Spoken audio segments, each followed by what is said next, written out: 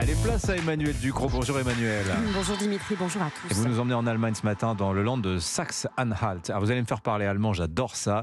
Au nord-est du pays, la maire de la ville de Tangerhütte a suscité un tollé. Oui, j'ai fait 12 ans d'allemand. Tollé national, il a voulu, ce maire, débaptiser l'une des crèches de sa commune. C'est une garderie, en fait, qui ne porte pas n'importe quel nom. Elle s'appelle Anne Frank. Anne Frank, jeune hollandaise juive morte en déportation à 15 ans à Bergen-Belsen après avoir documenté dans son journal les persécutions nazies. La crèche porte ce nom depuis les années 70. Mais le maire et le conseil d'administration ont décidé de le changer pour Welt Entdecker, les découvreurs du monde. Colère de la communauté juive de la région et de tous ceux qui, en Allemagne, croient en la Erinnerungskultur, la culture de la mémoire de la Shoah. Vous avez fait allemand au collège Première aussi. langue aussi. Pourquoi ce choix de supprimer le nom d'Anne Frank ? L'idée venait des parents et des employés de la crèche. Première raison avancée, ils voulaient un nom plus adapté aux enfants. Pour la directrice de la garderie, l'histoire de l'Holocauste et d'Anne Frank sont trop difficiles à comprendre pour eux. Alors c'est un argument assez nul. Les enfants sont très petits, capables de distinguer l'injustice et mieux de la trouver intolérable. On n'est pas obligé d'entrer dans les détails pour leur expliquer qu'Anne Frank a été une petite fille qui a eu une enfance difficile, qu'on ne doit pas oublier son nom. Et c'est finalement, mais tout cela, c'est finalement l'argument le plus entendable de toute cette lamentable histoire. Oui, parce que la difficulté de parler d'Anne Frank et de la Shoah aux petits n'est pas la seule raison de ce débat-thème. Non, ça c'est la raison bête. Il y a aussi la raison odieuse et lâche, particulièrement dans le contexte de guerre au Proche-Orient et de résurgence antisémite en Allemagne.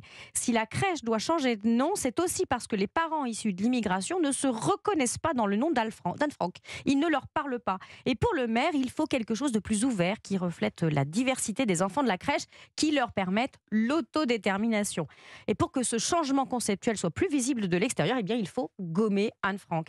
Alors c'est un raisonnement totalement pervers que de penser qu'on peut célébrer l'ouverture et la diversité en effaçant le visage d'une enfant victime justement d'un délire de pureté et de la haine la plus fermée, à un moment où cette haine antisémite se déverse de nouveau dans les rues des villes allemandes à la faveur de la guerre entre Israël et le Hamas.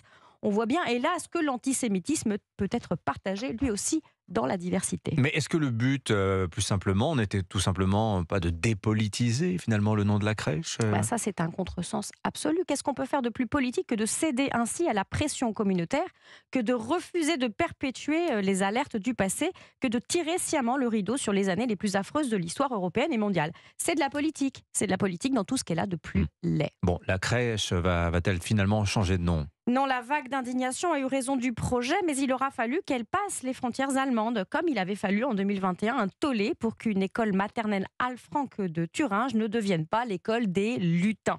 Hier soir, le conseil municipal de Tangerhütte a annoncé qu'il voterait contre la décision.